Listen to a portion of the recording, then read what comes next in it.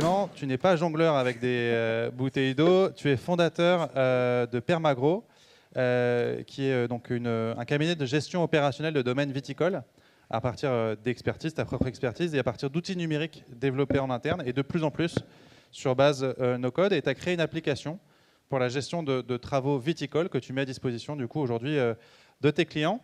Bienvenue, et je te passe la main pour que tu puisses nous présenter ce cas d'usage. Merci Pierre. Alors, je vais t'allumer ton micro. Et cela marche, oui. Ouais, C'est bon, il marche. allez, Ok, merci Pierre pour la présentation. Donc oui, effectivement, nous sommes un cabinet de conseil. Notre métier à la base, c'est de gérer des domaines viticoles et agricoles. Et donc, on développe pour nous plutôt en interne des outils qui vont nous permettre d'automatiser pas mal de tâches et d'agréger de la donnée fiabilisée pour mieux gérer les domaines viticoles. Voilà. Donc je vais vous montrer un cas d'usage qui va à la fois se rapprocher de choses qu'on a vues un peu ce matin avec Émeric de l'ICV sur des données d'observation. On va aller jusqu'au conseil phyto et puis on va utiliser Glide, qui est l'application qui avait été montrée aussi au début de l'intervention de ce matin. Donc le cas d'usage, je vais passer très rapidement, mais qu'est-ce qui se passe encore sur beaucoup de domaines avec des consultants et des opérateurs? On a des observations qui sont faites sur le papier, Émeric en parlait ce matin, les préconisations sont envoyées par mail au directeur technique, lui il va les retranscrire en fiche de travail pour son chef de culture. Ce chef de culture, il va tous les matins voir ses tractoristes et à l'oral, il va leur dire voilà le traitement qu'il faut faire. La fiche de travail va être complétée, ça va être ressaisi en Excel, peut-être renvoyé par mail au consultant. Bref, c'est une boucle infinie avec plein de données qui transitent, jamais au même format, etc. Et du coup, ce que je vous propose de faire, c'est en un temps record, en moins de 5 minutes, essayer de développer une application en temps réel devant vous qui va permettre d'agréger toutes ces tâches grâce à Glide, grâce à des bases de données également externes, notamment par exemple IFI qui est une base de données phyto. Et cette application après va pouvoir être déployée très rapidement vers les consultants, les directeurs techniques, les chefs de culture, les tractoristes de tous les domaines. Donc on va essayer de le faire en live. On n'a pas mis de chronomètre, mais je peux. On tente le coup, non, peut-être pas quand même. De te chronométrer, on ne va pas te mettre cette pression-là. D'autant qu'il y aura nécessairement un petit effet Bonaldi avec un problème de connexion web, etc. On va voir, on l'avait testé tout à l'heure. Du coup, je ne sais pas si vous m'entendez. Du coup, on part ici d'une base de données que j'ai déjà faite, assez simple. On a un onglet Excel, c'est du Google Sheets, mais c'est pareil. Avec les parcelles, vous avez les parcelles ici du domaine du chapitre. Une ligne égale une parcelle, une culture, une superficie. Vous avez ici des données phyto qu'on récupère tout simplement sur des portails de données publics. Donc c'est la base IFI. Donc une ligne égale un produit phyto avec un usage contre une maladie avec une dose homologuée. Et puis ensuite, on a des données d'observation qu'on veut observer. Donc j'ai déjà une première base et on va essayer de le mettre dans l'application. Donc on observe une parcelle. Sur cette parcelle, on va observer une maladie avec un degré d'attaque. On prend une photo, vous verrez tout à l'heure, avec une date et un observateur. Et de cette observation, on va déclencher du conseil pour faire une intervention. Et cette intervention va être validée par le chef de culture et réalisée par les tractoristes. Donc pour chaque intervention, on a une parcelle, un produit qu'on va utiliser, une dose, donc un conseiller, moi-même, et après des opérateurs, des dates de réalisation, etc. Donc ça, c'est nos données de base. Ce que disait tout à l'heure Alexandre, les données de base, c'est ça qui prend aussi beaucoup de temps sur des parcellaires, etc. Je me connecte à Glide et c'est là que ça commence. Donc je crée un projet, ici, Char Agrotique. Hop, je continue. Je vais chercher mon Google Sheets. Hop, il est ici. Donc là, en quelques secondes, l'application va aller télécharger le Google Sheets et va déjà créer une première application smartphone avec autant d'onglets que j'ai de feuilles sur mon Excel. Donc ici, vous avez 4 onglets en bas, les parcelles, les phytos, les observations et les interventions. Déjà, il y a déjà un premier paramétrage. On va pouvoir déjà très simplement changer l'icône, par exemple, c'est tout bête. Mais par exemple, ici, mes parcelles, je veux quelque chose qui ressemble à des champs. Hop. Mes phytos, c'est plus compliqué. Pour les pesticides, un petit truc qui ressemble à des... par exemple, voilà. Je peux faire la même chose sur les observations. Ici, pour mes interventions, je veux un petit tracteur. Hop. Ici, en 3 clics, j'ai déjà paramétré... Hop, il me manque un O. Voilà, mon application. Ensuite, on va travailler un petit peu sur le design. Ici, c'est mes parcelles. Je veux les mettre sous forme de liste. Il y a déjà une petite icône qui apparaît. Ça, c'était dans mon Google Sheets avec ici la grappe de raisin ou des jachères, etc. Je veux afficher à la place de la culture, je vais afficher le cépage. Je vais mettre ici le cépage. Hop. Je veux regrouper mes données par type de culture. Je vais pouvoir les regrouper par type de culture. Donc vous aurez tout d'abord les vignes, après vous aurez le blé. Je clique sur une parcelle, je vais avoir tout le détail de la fiche de la parcelle qui s'affiche. C'est les données de mon Excel à la base.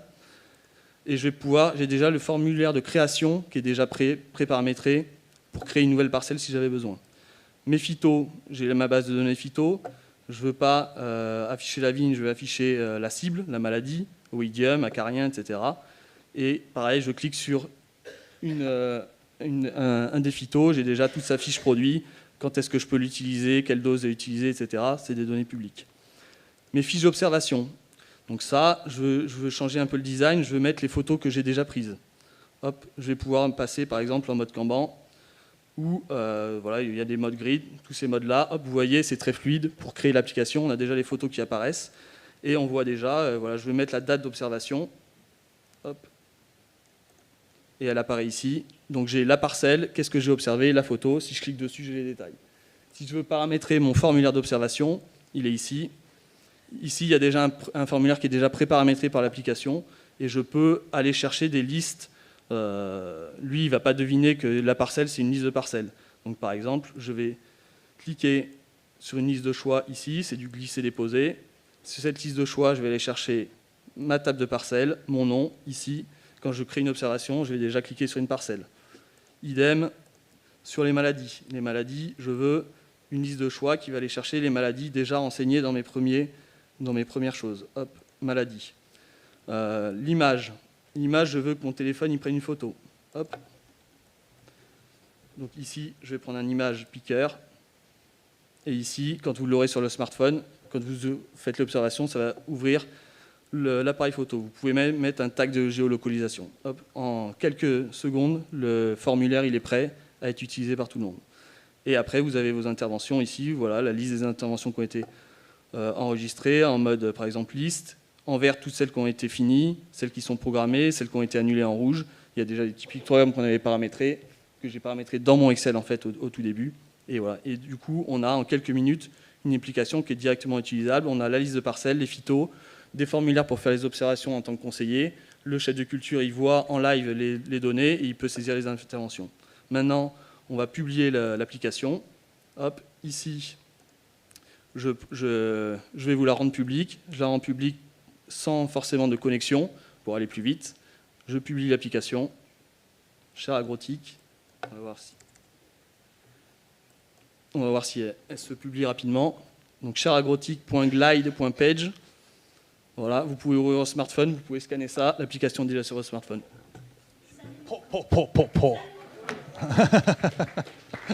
Donc maintenant, vous pouvez vous amuser. Vous pouvez vous amuser sur l'application, à aller par exemple sur Observation. Vous mettez en haut à droite, ajouter une observation, vous prenez une photo et elles vont apparaître en live dans la présentation. Hop. Impressionnant, effectivement. D'autant plus que j'imagine que vous êtes en train de le tester et je vous crois sur parole, ça fonctionne. Du coup, on a là maintenant l'illustration un peu du rendu final. Ça, maintenant, c'est un outil que tu développes pour toi et que tu intègres directement. Enfin, que tu as développé pour toi, là, tu l'as redéveloppé, on va dire, à une version bêta pour l'occasion. Les avantages que tu tires aujourd'hui de l'utilisation de cette application dans ton propre métier. Et est-ce que, en fait, cette application, tu vas la mettre à disposition de tiers pour qu'ils l'utilisent eux-mêmes demain? Ouais. Donc, on avait développé ce genre d'application en mode un peu plus complexe avec plein d'utilisateurs, des profils d'utilisateurs. Par exemple, un tractoriste ne peut pas modifier la donnée, telle donnée, etc. Colle bien le micro sur ton menton. On se rend compte qu'au final, au niveau de ces applications, au niveau des opérateurs finaux, les agriculteurs, on a quelques clients qui sont intéressés, mais pas assez de masse pour intéresser. Voilà.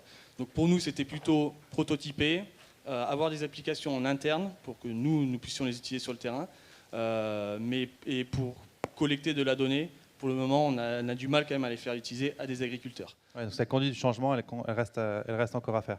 Les avantages que tu as tirés du coup de cette application que tu as développée toi-même? C'était hyper simple à concevoir. En 2 jours, on peut faire quasiment un logiciel de traçabilité en moins d'1 semaine de développement, tout compris. La documentation au niveau de Glide, en tout cas, c'est très fourni. Il y a également une communauté, on en reparlera peut-être plus tard, mais il y a une communauté du no-code qui fait que Il y a énormément de ressources. Il y a des modèles déjà prêts. On prend un modèle, on le copie. Là, l'application que je vous ai mis, je suis parti de rien. On peut prendre des modèles déjà faits. C'est très fluide. Si vous le manipulez, il y a une fluidité qui est impressionnante. Voilà, en termes de temps de développement, pour nous, on a 0 développeur en interne, quasiment dans notre entreprise. On en avait un qui est parti. Et voilà, donc pour nous, c'est vraiment la solution, en tout cas pour tester les choses. C'est très facile. Le top. Quelques limites peut-être? Alors, dans les limites, il y a déjà le volume de données. En tout cas, pour l'application Glide, les volumes actuels, c'est à peu près 25 000 lignes de données. Et donc, nous, une base de données phytosanitaire, c'est à peu près 60 000 lignes. Donc, déjà, on dépasse les capacités. On est obligé, au niveau des données, sur certaines applications no-code, voilà, on est limité. Il y a également des nouvelles fonctionnalités en continu. Comme c'est des jeunes entreprises, tous les mois, il y a des nouvelles fonctionnalités sur Glide, sur Airtable, etc. Et ça nécessite aussi une mise à jour continuelle pour des gens qui ne sont pas de la tech comme nous. Également, trop de simplicité. On évoquait tout à l'heure le fait, j'ai besoin de rajouter un champ pour prendre une photo. En 2 secondes, je vous le mets sur l'application. Le souci, c'est que c'est trop simple au final de modifier l'application et que derrière, on ne prend pas de temps pour la documenter. On est moins en gestion de projet qu'une application normale. Et du coup, au final, on a des usines on crée nous-mêmes des usines à gaz sur Glide parce qu'on veut aller très vite pour le développement, mais pas assez sur la documentation. Les prix également peuvent exploser parce qu'on a parfois des modèles économiques qui sont non stables. Moi, je suis en abonnement à Glide depuis 2 ans à $20 par mois, mais mon tarif actuel, il serait plutôt un tour de $250. Il a été multiplié par 10 pour quasiment les mêmes fonctionnalités. Il y a eu des améliorations, mais voilà, pour le même nombre d'utilisateurs, ça a été multiplié par 10 en 2 ans, donc ça devient un frein.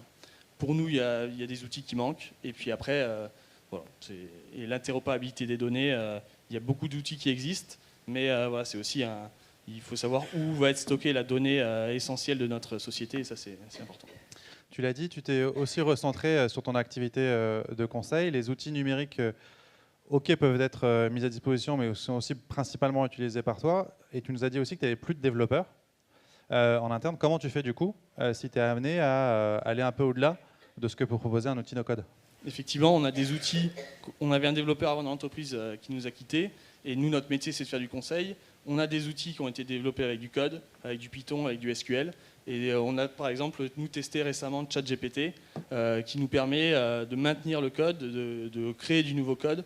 Donc entre Glide et ChatGPT, on arrive quand même à faire 80-90% de nos usages sans développeur. Et du coup, pour le moment, ça nous suffit. Donc tu utilises un compte pro, j'imagine, de ChatGPT, et tu l'utilises comme un développeur, quoi. Tu parles avec lui comme si c'était un développeur. On parle exactement comme si c'était un développeur.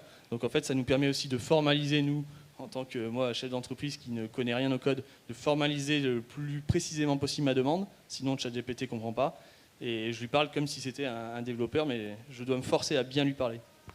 Parfait, merci beaucoup pour ce témoignage. Pareil, gardez vos questions pour une petite session tout à l'heure si on a encore un peu de temps. Merci beaucoup Clément pour cette démo très impressionnante.